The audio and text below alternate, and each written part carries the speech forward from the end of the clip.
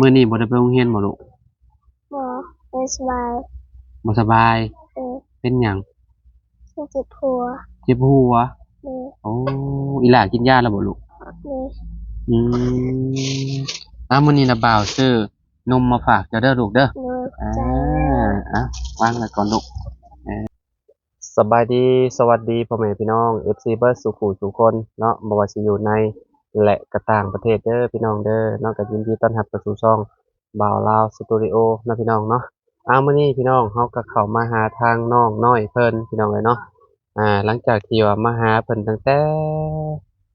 โอ้บ่แม่นได้เป็นอาทิตย์แล้วบ่พี่น้องเนาะแล้วก็บ่ได้เข้ามาหาน้องเพิ่นอีกเลยเนาะ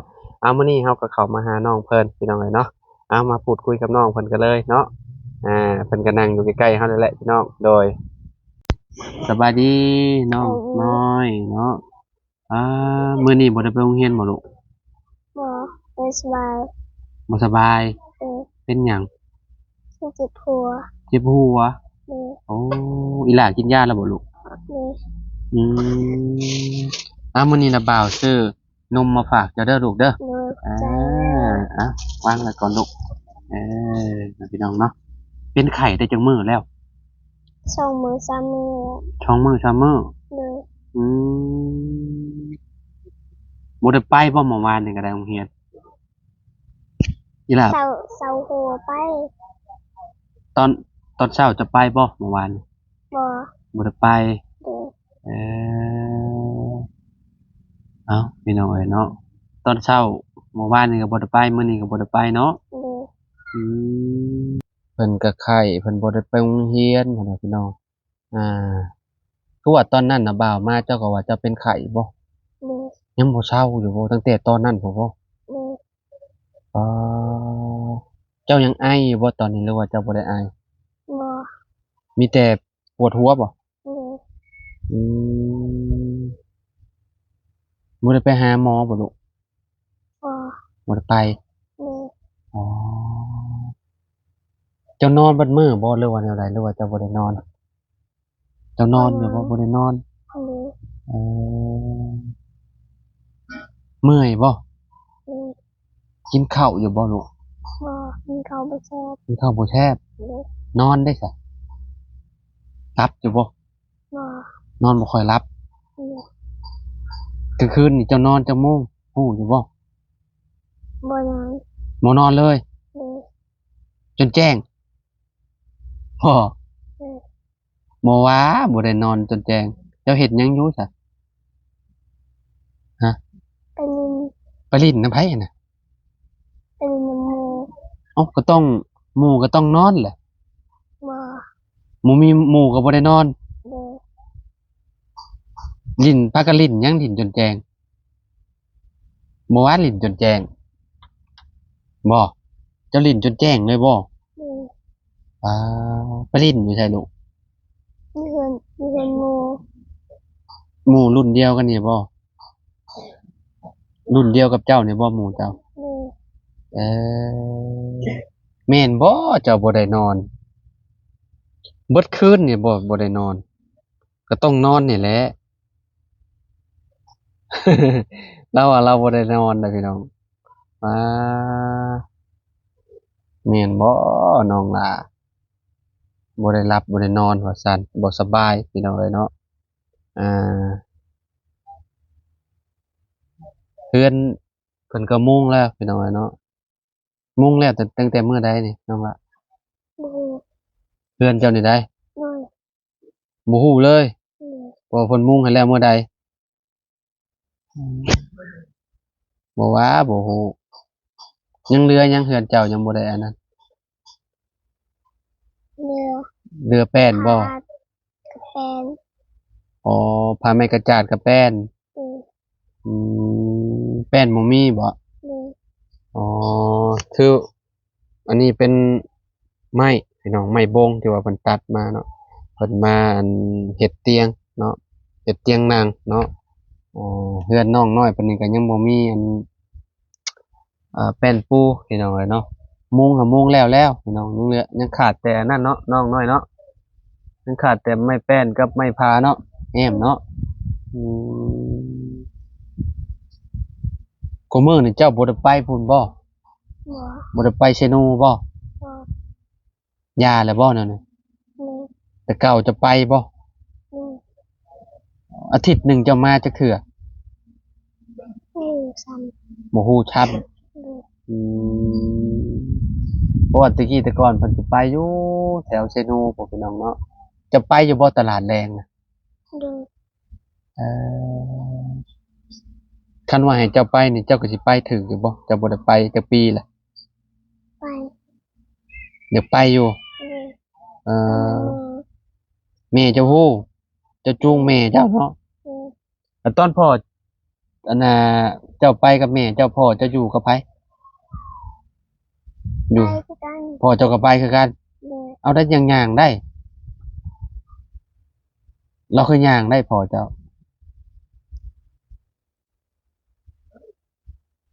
เอาหยังใส่ให้เรา มีขาปลอมบ่ขาเทียมบ่ เลย ขาเทียมมาแต่ไส โอ้โห เอาบ่พี่น้องเอ้ยเนาะมีคนเข้ามาหาอยู่บ่อีหล่ะ เลย มื้อนี้ได้ บ่ เอ้ามื้อนี้บ่มีคนเข้ามาหาบ่ เลย มื้อได้คนเข้ามาหาเจ้า อืม มื้ออื่น เลย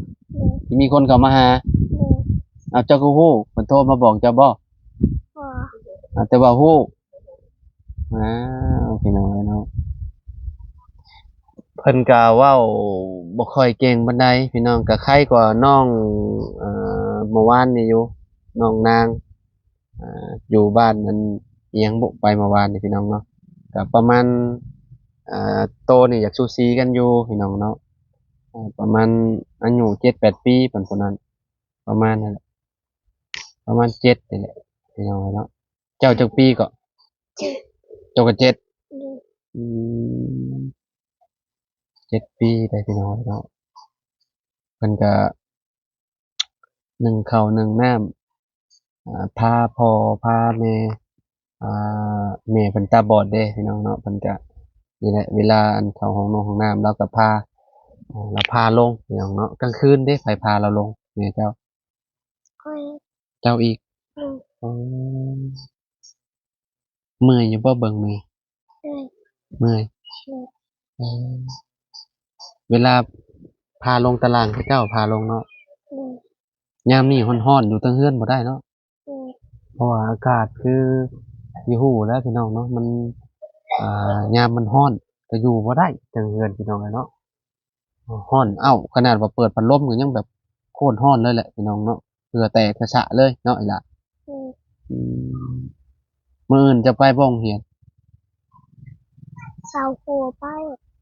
หึ เสาหัวไป เช้าปวดหัวไป เลย อ๋อตอนนี้จะปวดหัวแฮงบ่ตอนนี้ เลย อ๋อปวดหัวว่าซั่นพี่น้องเนาะยังบ่เซาอยู่เนาะ เลย อืมพี่น้องเอ้ยเนาะเด็กน้อยเพิ่นนอนดึกพร้อมแหละคิดว่าเนาะเลยเฮ็ดให้ปวดหัว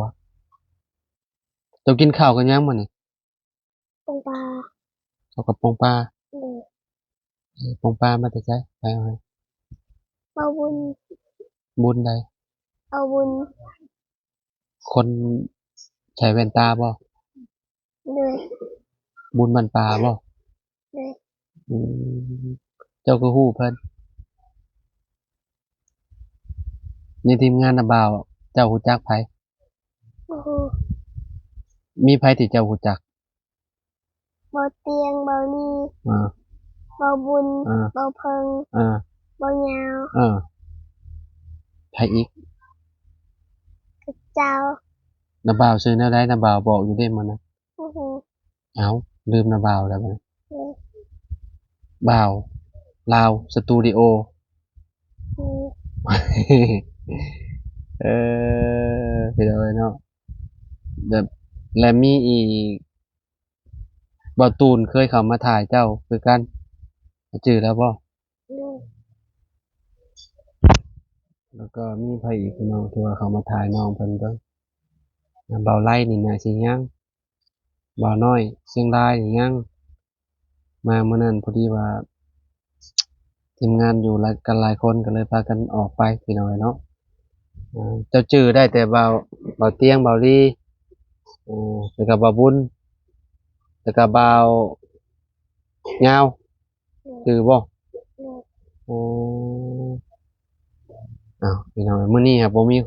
อ่าทีมงานเข้ามาหาน้องเพิ่นมื้อนี้พี่น้องเนาะเอามีโอกาสก็เลยว่าเอาสิเข้ามาเยี่ยมมายามน้องน้อยเพิ่นก่อนเนาะ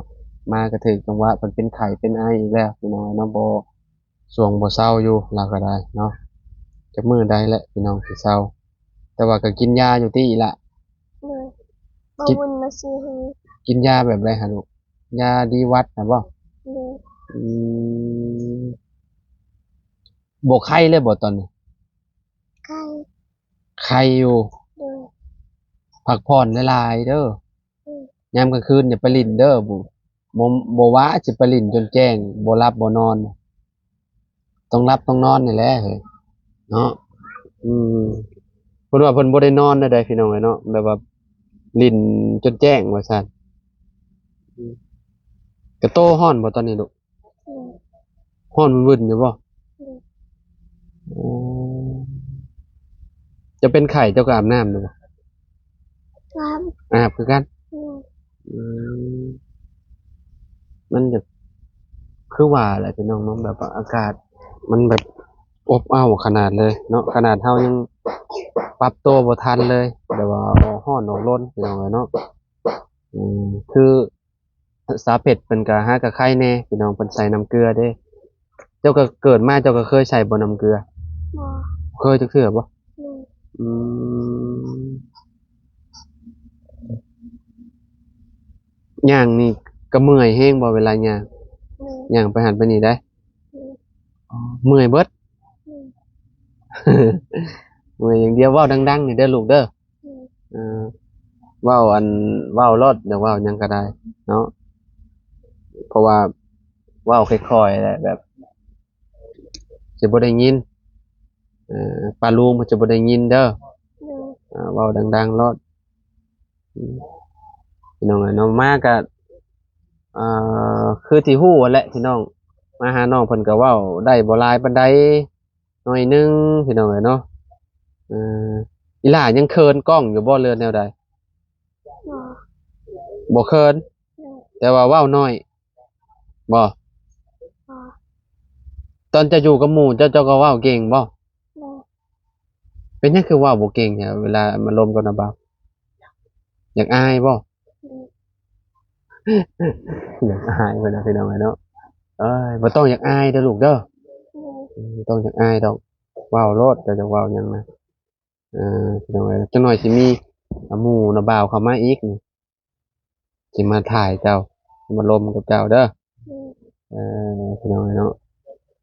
คุยไปคุยมาเพิ่นเริ่มอยากปวดหัวแล้วบาดนี้อากาศเป็นจังไดบุพี่น้องเอ้ยเนาะร้อนแหละไม่ใช่ที่เจ้านี่ฮอดใช้นี่ล่ะที่ดินเจ้านี่ฮอดใช้มีต้นไม้ต้นไม้นี่บ่โดยต้นไม้ต้นนี้โดยแล้วต้นไม้ดอกนี้แล้วต้นไม้ต้นนั้นแล้วย่าฮอดใช้อีกบ่นี่อ๋อคือแบบไปหันแม่นบ่โดยไปหันแล้วก็อ้อมไปพุ่นเนาะอ๋อฮอดพุ่นเนาะพี่น้องเนาะโอ้โอ้มุงแล้วเรียบร้อยนี่เนาะอืมแล้วก็แอมไปต้นนั่นน่ะบ่โดยต้นไม้ยำไยพุ่นไว้ล่ะโดยแล้วก็แอมลงไปพุ่นแล้วก็ฮอดเฮือนหั่นเนาะอืมพี่น้องเอ้ยเนาะอ้าวมื้อนี้ก็แวะมาเยี่ยมมายามทางน้องน้อยเพิ่นพี่น้องเอ้ยเนาะก็ FC คือสิจื้อน้องเพิ่นได้อยู่ดอกเนาะก็บ่ได้มาถ่ายน้องเพิ่นก็หลายมื้อเลยได้พี่น้องเอ้ยเนาะเป็นอาทิตย์เลยเนาะเดี๋ยวเราก็กลับแหละบัดนี้พี่น้องเอ้ยเนาะอืมชื่อน้าบ่าวนี่เด้อมื้อหน้าน้าบ่าวมาเอ้าน้าบ่าวชื่อจังไดหึโดยอ้าวน้าบ่าวบอกไปแล้วเด้กินนี่บ่ชื่อโดยบ่าวลาวสตูดิโอโดยอ่าลองเว้าดูปาลาสตูดิโอเออนั่นแหละอืม เราบางสูตรเป็นบ่ บ่ บ่เป็น เออบ วกเลขเป็นบ่ บ่ 1 บวก 1 1 บวก 1เป็นเท่าใด เป็นสาม ฮะ สาม บ่แม่น1บวกเข้าไปเป็นเท่าใดนี่เป็นเท่าใดนี่ เป็นสอง 2บวก2 สาม บ่ถึก2บวก2เป็น4เฮาบวกเข้าไปเด้นี่มี2แล้วเฮาก็บวกเข้าไปอีก2นี่นั่นเด้ก็เป็น4เด้อ3บวก3 หก ถึก6มีคนบอกแล้วกินนี่พี่น้อง ยังบ่เก่งปานใดพี่น้องเนาะต้องพัฒนาไปเรื่อยๆเนาะเอาทวนคืนเด้อ1บวก1เป็นเท่าใด สอง โอเค2บวก2 สี่ 3บวก3 หก โอเคก็ซ้ำนั่นแหละบ่ได้มีหยังหลาย4บวก4เป็นเท่าใด สี่ อ้าวอันนี้เฮามี4แล้วเด้นี่เอามาใส่อีกนี่เฮามี4นี่เอามาใส่อีก4เป็นเท่าใดก็นับเบิ่งจะนับเบิ่งมือเจ้าดู โหสาม นี่นับเบิ่งมือนี่มือเจ้ามีจักนิ้ว ห้า ห้านี่เจ้าเอาออกนี่เจ้าเอาออกนี่นิ้วหนึ่งเมื่อไรเจ้าก็เอามาใส่อีกนี่มาใส่อีกสี่เป็นเท่าไรนี่หรือว่าเจ้าสิเอาออกนี่ เจ้าก็หักออกนี่หักออกนี่มือเจ้านี่หักออกนี่หักออกเบื้องนิ้วโป้งสองนิ้วโป้งนี่เท่าไรหักออกบังดูนี่เอาหักออกบัดนี้ลูกเจ้าก็นับบัดนี้นับดูหักออกนับบังดูบัดนี้นับเบิ่งต้องแนมหาเพิ่น แปด ถึก8 5บวก5เป็นเท่าไรนี่มือเจ้านี่เป็นเท่าไร10บ่ หนึ่ง อืมพี่น้องเอ้ยเนาะก็ถ้วยน้องเพิ่นลองเบิ่งพี่น้องเนาะเจ้าเข้าห้องได้นะ ตัวหนึ่ง ป.1คนน้อยอยู่ป.1พี่น้องจะพอหั้นแหละเนาะได้ส่ำนี้ก็ถือว่าเก่งและชมเชยเด้อเรียนเก่งๆเด้อลูกเด้อใหญ่มาเจ้าจะเป็นหมอแม่นบ่ หนึ่ง โอเคนะบ่าวจื้อได้อยู่พี่น้องเอ้ยเนาะจังใดก็เป็นกำลังใจให้ทางน้องน้อยเพิ่นแล้วก็เป็นกำลังใจให้เฮาเด้อพี่น้องเด้อเนาะบ่ว่าสิอยู่ฝั่งไทยฝั่งลาวหรือทางต่างประเทศนํเนาะมื้อนี้ก็ได้เบิ่งข่าวพี่น้องเนาะพี่น้องทาง